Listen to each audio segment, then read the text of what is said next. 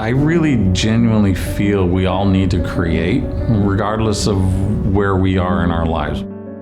In the arts, there's this sense of reward of when, especially students who feel like they can't do something, and then they end up through my instruction and through their practice and figuring things out, they realize that they really can do that stuff. In the moment now, as we're drawing on earlier lessons, I try to say that as much as possible and bring that. Remember when we did this in that project before? Like, that's the same thing we're doing now. We're drawing on that. It's just a little bit different, but it's that same thing. You've already done this. Having a project and a big end goal with little steps in between there makes any project you're doing attainable, breaking it down. Anything creative I like doing, and once I finish it, I look down and I'm like, wow, I did pretty good. It makes me happy, and I just like creating things. So just overall art just like makes me happy.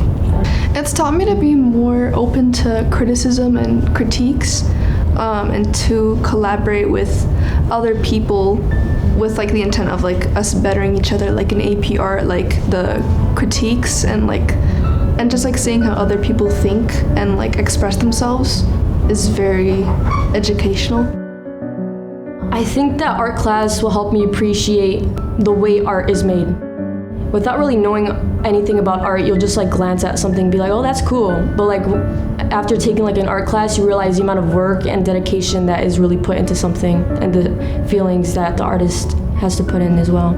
I had one student a number of years ago, she sent me a text with a photograph out of the blue. And she was like, I was just sitting, it reminded me of the class that we did, and I shot that photograph and I wanted to share it with you. So those things I find really, really valuable. They might not remember the specifics of my class, but they remember what it felt like to be in there making. They remember the feeling and hopefully the joy of the process of making things. That's hopefully the most enduring feeling that they can have for the rest of their lives.